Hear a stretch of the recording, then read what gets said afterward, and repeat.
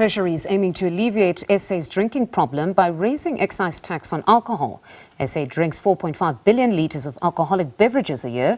Research has, or rather indicated, that alcohol contributed to violence, disease, mental health issues and death.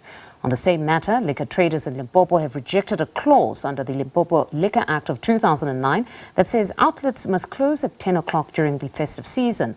The police and government want to implement the clause to minimise crime and road fatalities. Like Ntimane, the national convener of the National Liquor Traders Council, joins us to discuss this further. Good evening, Mr. Ntimane. Thank you very much for joining us on the programme. So, as stated there, according to Treasury's report, the nation's annual liquor consumption is estimated at 4.5 billion litres. That sounds incredibly high, and Treasury is now looking, of course, to increase the excise tax in an effort to lower the consumption levels. Your reaction as the council? Thank you so much for the opportunity, and we'd like to greet the viewers of SABC News. Firstly, before we respond, we'd like to acknowledge the important day it is in our country today as we mark the end of the 16 days of activism against gender-based violence and recommit ourselves as liquor traders that we're going to play our part with civil society and our communities in ensuring that we bring to an end the scourge of gender-based violence in South Africa.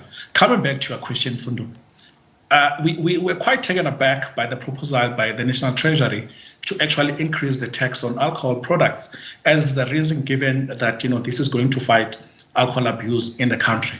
We do not believe that that is the preserve or the space in which National Treasury must play in. I think their focus is in bringing money into the fiscus and supporting the government's GDP ambitions and growth of our economy. We feel that in order to address the issue of alcohol abuse in South Africa, we require all hands on deck. We require the social development. We require social partners in our space. We also require social development to come into our space so that we find a lasting solution to dealing with alcohol abuse. I think we have done so well in hiding the issue and the scourge of alcohol abuse in our country. We've managed to sweep it under the carpet for so long, and it's catching up with us. So it is rather unfair that National Treasury will rather react emotionally to an issue that requires cool level-headedness so that we're able to address this once and for all.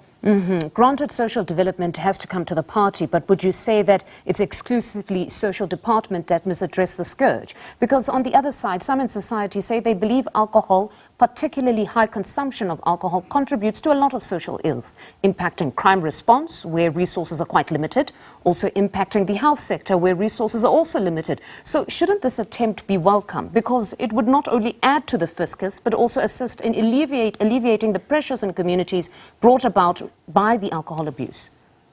I think it's a shotgun approach by the National Treasury, and it is akin to milking a dying cow, because if you are going to focus on increasing the price of alcohol for those that are buying legally, because what we have known and what we have seen, and this is on record during the COVID-19, is that when you limit access to alcohol, and in this case through the proposal by the Treasury, you increase the price. You are making it more accessible in the illicit and counterfeit alcohol space. And we have seen that illicit and counterfeit alcohol in South Africa has grown in leaps and bounds and is now account to more than 25 billion rand, which is almost 15% of the legal economy of alcohol. Pardon me for interjecting there.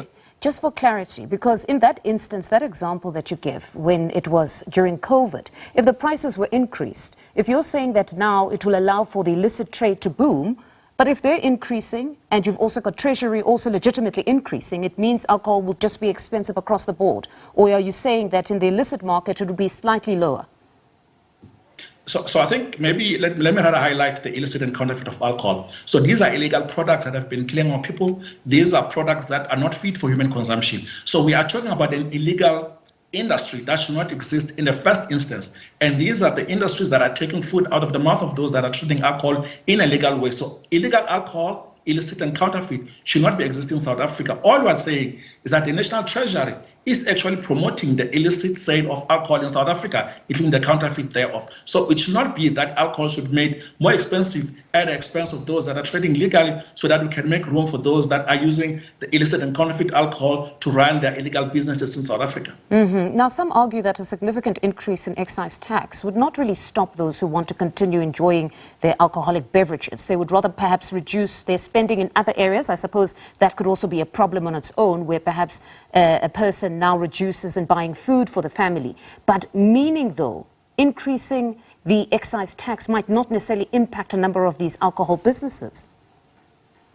I think it's very important that we're able to have a scientific approach to this and not the emotional one, which the National Treasury has so adept at showing that it is conducting its way in making sure that the dying cow, which is the liquor industry, keeps on feeding into the trough of the government. We are saying, yes, we do agree that alcohol issue in the country needs to be looked at. We do agree that we have an abuse of alcohol issue in South Africa, but we need to deal with that, and we should not, at the expense of those that are trading liquor in a responsible manner, and for those consumers that are drinking in a responsible way, then they should be punished because the National Treasury wants to increase the fiscus of government. We are saying, let us find a long-lasting solution that will ensure that we're able to deal with the issue of alcohol abuse once and for all as a country. But to say that we're increasing tax and allowing the illicit and counterfeit alcohol to flourish in the country, that is certainly not going to be our solution. Then just lastly, to the return of the alcohol curfew, police are proposing in Limpopo specifically that the curfew be brought back. Your views on that?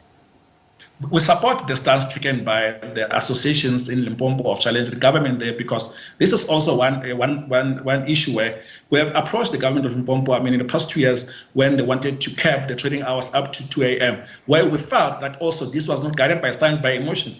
And we continue to see provinces, almost moving to that space where decisions are being made without consultation with the relevant stakeholders on the ground. In this instance, the alcohol industry and most certainly the liquor traders. So we feel that, it's nonsensical that we just introduce the clause through the back door without any consultation whatsoever to implement a policy that is not tested and does not have any basis in science or even common sense, and you feel that this is going to curtail the consumption of alcohol in that country to reduce the road incidents. There's no science behind this. It's just sheer madness.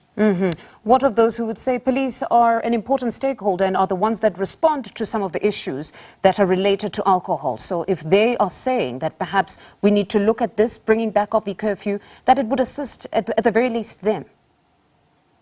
I don't think it helps to be a reactive country where we have to listen to people that are not coming with plans to deal with criminality in South Africa. And the alcohol industry continues to be pointed at with the wrong figures, as we are the ones to be blamed, especially when festive season approaches. And we've been saying this in the past, that the way we are treated, even load shedding at some point, we're blamed for it. So we don't understand that when the government is failing to deal with criminality in South Africa, the alcohol industry must be the whipping child. We refuse to accept that. All right, Mr. Ntimane, thank you very much for your time this evening. That's Ntimane. He's national convener of the National Liquor Traders Council.